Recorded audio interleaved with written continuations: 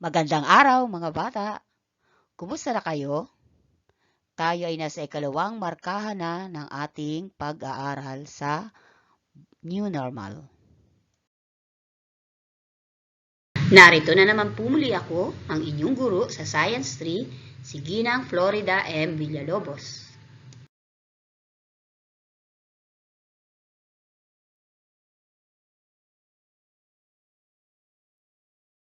Gabay sa paggamit ng Pivot 4A Learner's Material para sa tagapagpadaloy. Ang module na ito ay inihanda upang makatulong sa ating mga mag-aaral na madaling matutuhan ang mga aralin sa asignaturang science. Ang mga bahaging nakapaloob dito ay sinisigurong naaayon sa mga ibinigay na layunin. Hinihiling ang iyong paggabay sa ating mga mag-aaral para sa paggamit nito. Malaki ang iyong maitutulong sa pag-unlad nila sa pagpapakita ng kakayahang may tiwala sa sarili na kanilang magiging gabay sa mga sumusunod na aralin. Salamat sa iyo. Para sa mag-aaral, ang module na ito ay ginawang bilang sagot sa iyong pangangailangan. Layo nitong matulungan ka sa iyong pag-aaral habang wala ka sa loob ng silid-aralan. Hangad din itong mabigyan ka ng mga makabuluhang oportunidad sa pagkatuto. Ang sumusunod ay mahalagang paalala sa paggamit ng module na ito. Una, gamitin ang module ng may pag-iingat. Huwag lalagyan ng anumang marka o sulat ang anumang bahagi nito.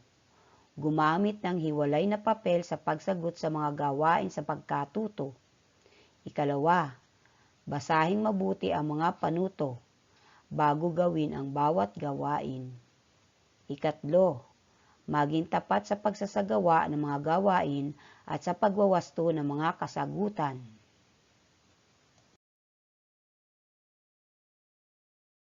Ikaapat, tapusin ang kasalukuyang gawain bago pumunta sa iba pang pagsasanay.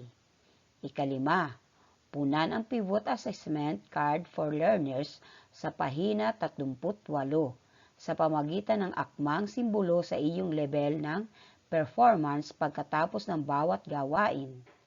Ika-6, pakibalik ang module na ito sa iyong guro o tagapagpadaloy kung tapos nang sagutin ang lahat ng pagsasanay.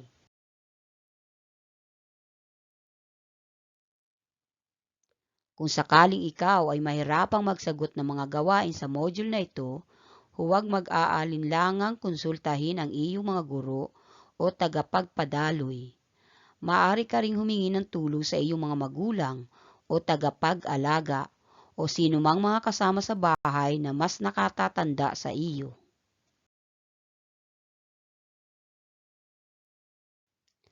Ang paksa natin sa unang linggo ng ikalawang markahan ay ang mga bahagi o organong pandama at mga gamit nito.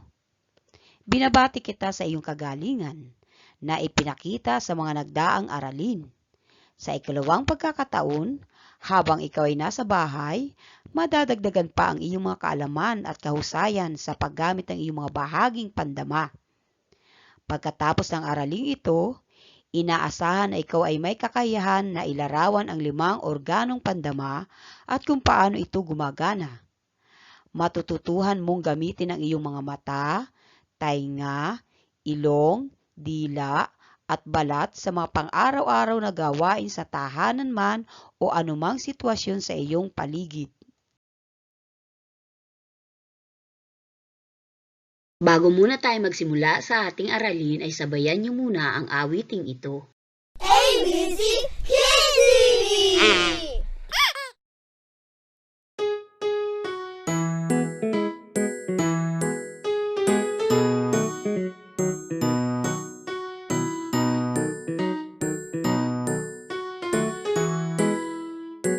When I use my eyes,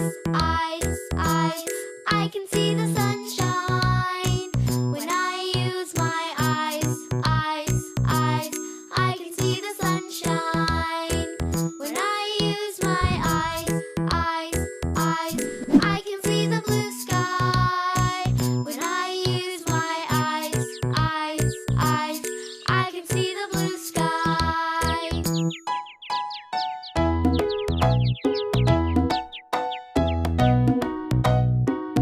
I use my ears, ears, ears, I can hear the birdies.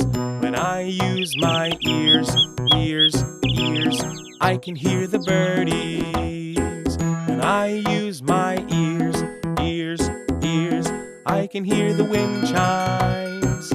When I use my ears, ears, ears, I can hear the wind chimes.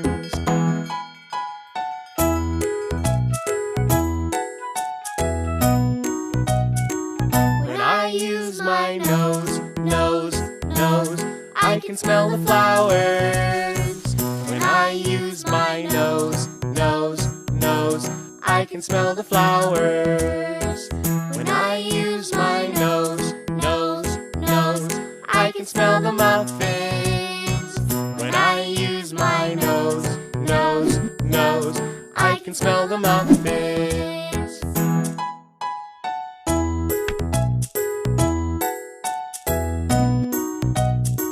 When I use my mouth, mouth, mouth, I can taste bananas.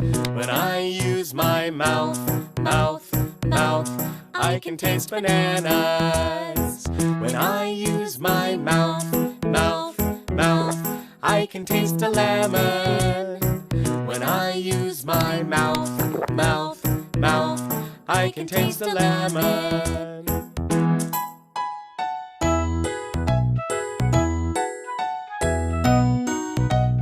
When I use my hands, hands, hands, I can touch my teddy. When I use my hands, hands, hands, I can touch my teddy. When I use my hands, hands, hands, I can touch the bubbles. When I use my hands, hands, hands, I can touch the bubbles.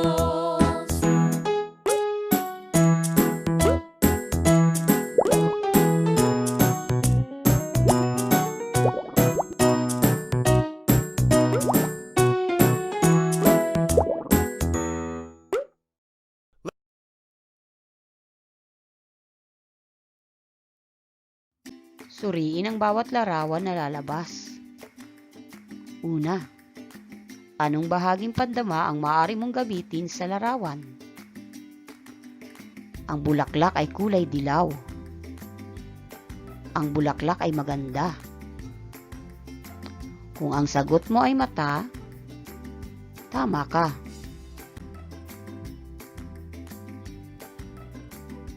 Sa larawang ito, anong bahaging pandama ang maaari mong gamitin upang mailarawan ang mga ito? Nakakaramdam ka ng gutom o kaya'y natatakam ka kung naaamoy mo ang amoy ng barbecue. Kung ang sagot mo ay ilong, tama ang iyong sagot. Anong bahaging pandama ang maaari mo pa rin gamitin sa larawang ito? Kung ang sagot mo ay iyong dila, tama.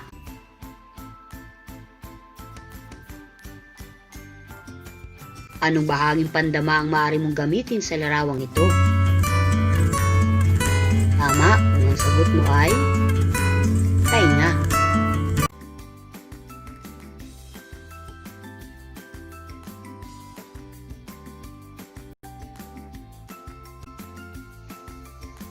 Anong bahaging pandama ang maaari mong gamitin sa larawang ito? Kung ang sagot mo ay balat, tama. Madarama mo ang tekstura ng isang bagay sa pamagitan ng iyong balat. Ginagamit ang iyong mga mata, tainga, ilong, dila at balat upang mailarawan ang mga bagay sa iyong paligid. Ito ay bahagi ng ating katawan na tinatawag na mga organong pandama o sense organ. Sa ulo matatagpuan ang halos lahat ng pandama ng katawan. Ang mga ito ay konektado sa utak. Ang mga sense organs ang naghahatid ng mensahe sa utak kung anong iyong nakita, narinig, naramdaman, naamoy at nalasahan. Ang balat ang pinakamalaking organong pandama sa ating katawan. Ito ang ginagamit para sa pansalat at pakiramdam. Ang magaspang o makinis na bato ay mararamdaman mo gamit ang iyong pansalat bilang pandama sa tulong ng balat.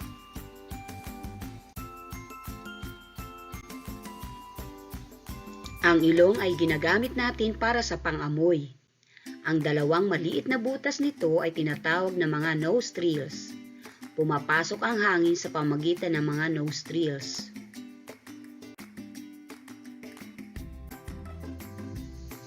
Ang kalamnan sa pagitan ng mga nostrils ay tinatawag na septum.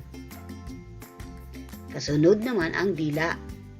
Ang iyong dila ay ginagamit upang malasahan kung ang mga paborito mong pagkain ay matamis, maalat, mainit, malamig, masarap o hindi masarap.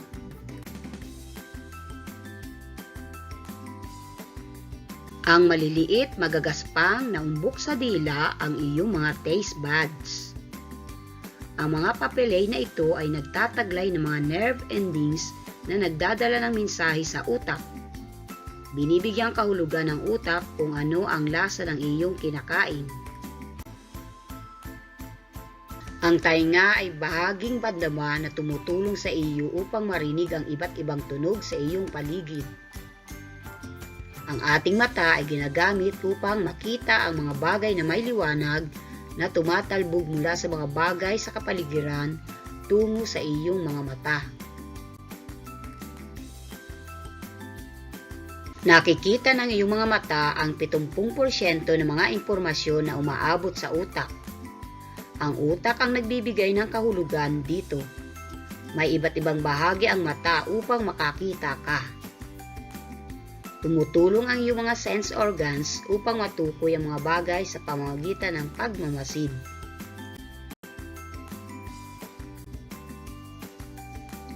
Natatanggap nito ang stimuli na maaaring nasa anyo ng mga larawan, tunog, amoy, lasa, sakit, temperatura at tekstura ng mga bagay. Naghahatid ang mga ito ng mensahe o signal sa utak na nagbibigay kahulugan dito at nagpapabatid sa iyo ng mga nangyayari sa paligid.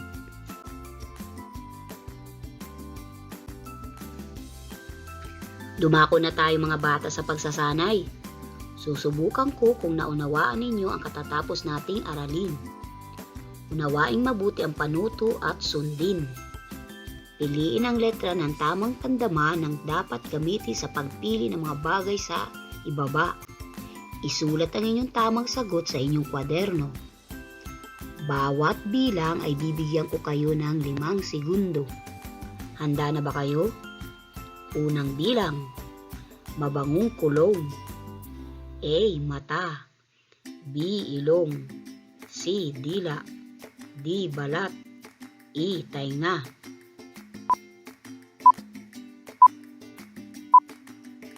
Ang tamang sagot ay B. Ilong. Ikalawang bilang, malambot na unan. A. Mata. B. Ilong. C. Dila. D. Balat. E. Tainga.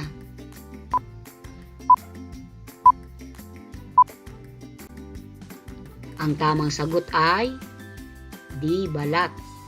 Ikatlong bilang, masarap na agahan. A. Mata. B. Ilong. C. Dila. D. Balat. E. Tainga.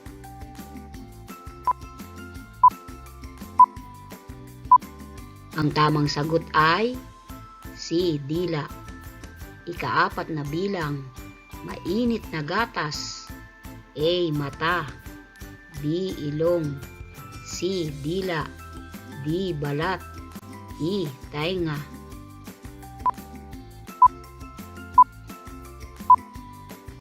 Ang tamang sagot ay C. Dila.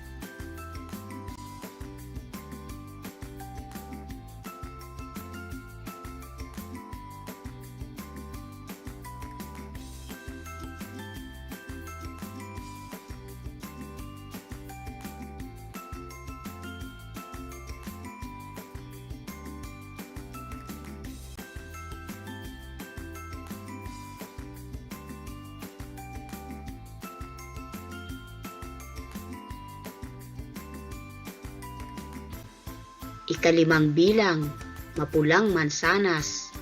A. Mata. B. Ilong. C. Dila. D. Balat.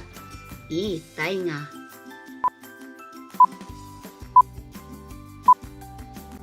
Ang tamang sagot ay A. Mata. Ika-anim na bilang, malakas na tunog ng tambol. A. Mata. B. Ilong. C. Dila. D. Balat. E. Tainga.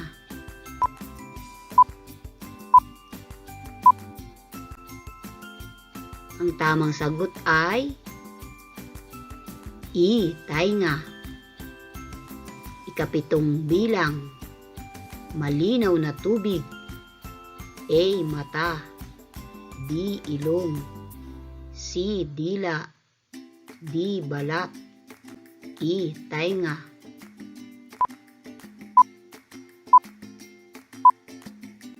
Ang tamang sagot ay A. Mata. Ikawalong bilang, mabangong bulaklak.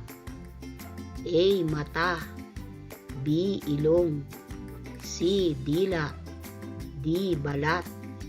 E. Tainga.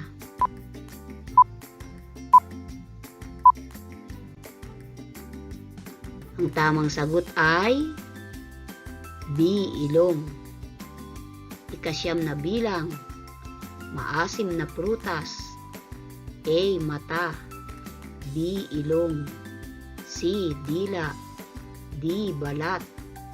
E. Tainga.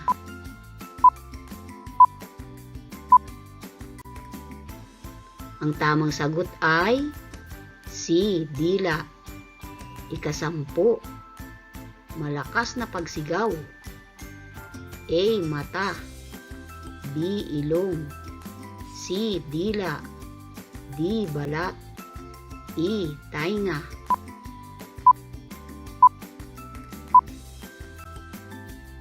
Ang tamang sagot ay E. Tainga.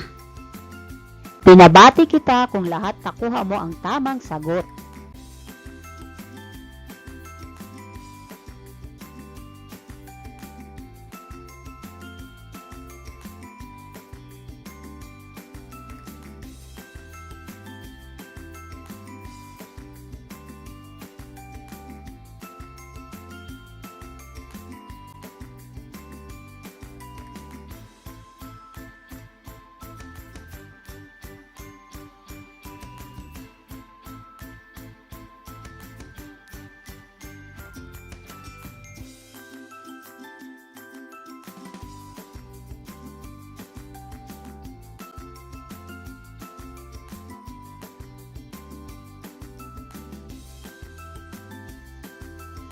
Ang kasunod na pagsasanay ay gagawin ninyo sa inyong sagutang papel at ipapasa nyo sa itinakdang pasahan.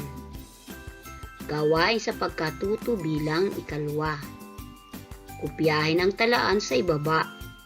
Tukuyin ang kahalagahan o gamit nito sa iyong pang-araw-araw na gawain. Bibigyan ko kayo ng 3 minuto para sa gawaing ito. Handa na ba kayo?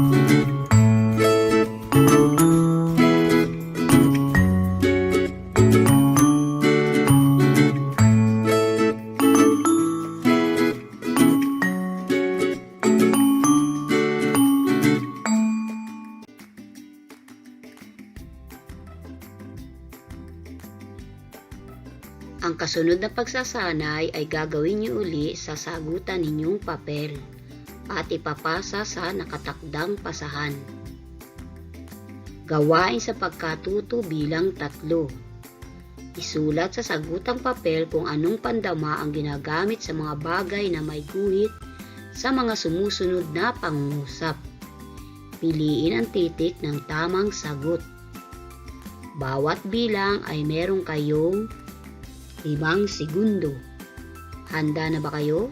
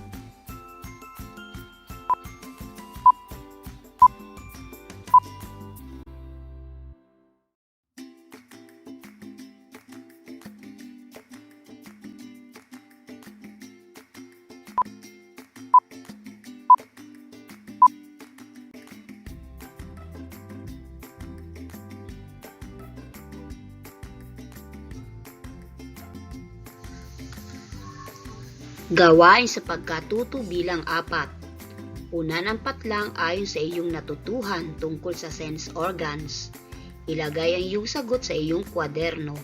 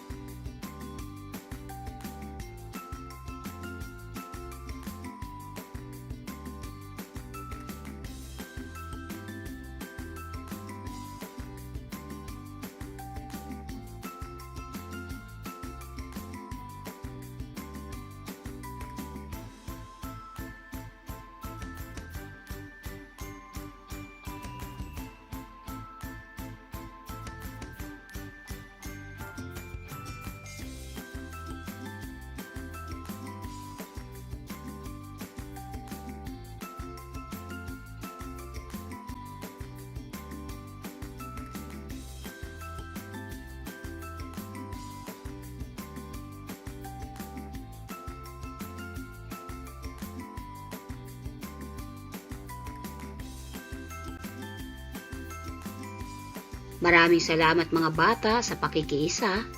Sana ay may naunawaan kayo sa ating aralin ngayon. Sa susunod na muli nating pagkikita, ingat at God bless.